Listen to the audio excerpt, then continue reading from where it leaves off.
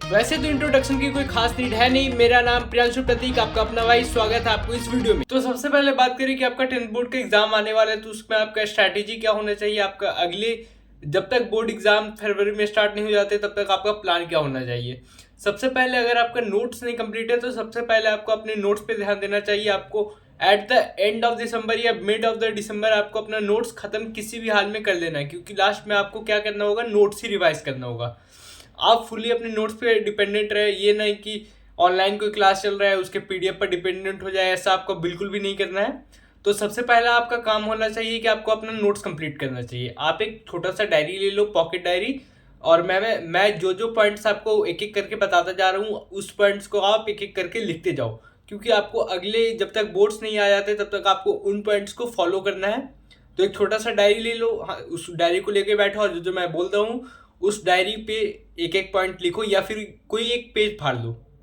तो सबसे पहला पॉइंट कि आपको अपने नोट्स को कंप्लीट करना है। फिर दूसरा पॉइंट पे आता है, अगर आपका नोट्स कंप्लीट हो जाता है तो आपको अपने क्वेश्चन प्रैक्टिस की तरफ जाना है।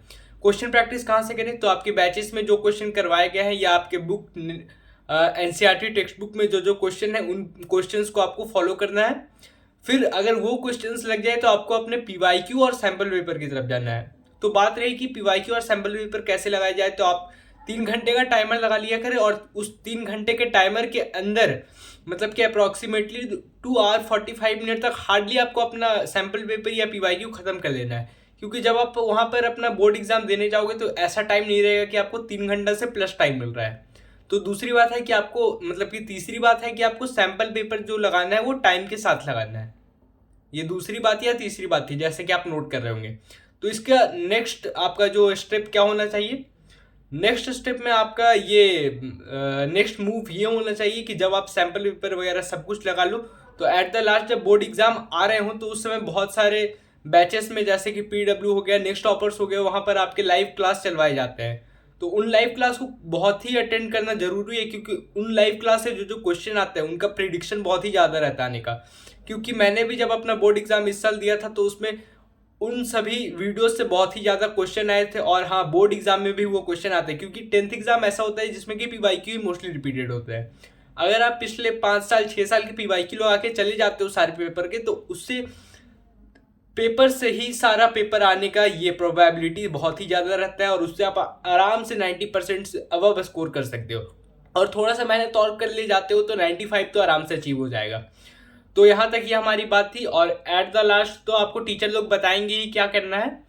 तो मैंने पहला पॉइंट बताया कि आपको नोट्स को प्रायोरिटी देना है। सबसे पहली प्रायोरिटी नोट्स को देना है। दूसरी प्रायोरिटी क्वेश्चन प्रैक्टिस, चाहे वो टेक्स्ट बुक हो जाए या एनसीईआरटी बुक हो जाए, आर एस अग्रवाल हो जाए, जो बुक है आपके पास।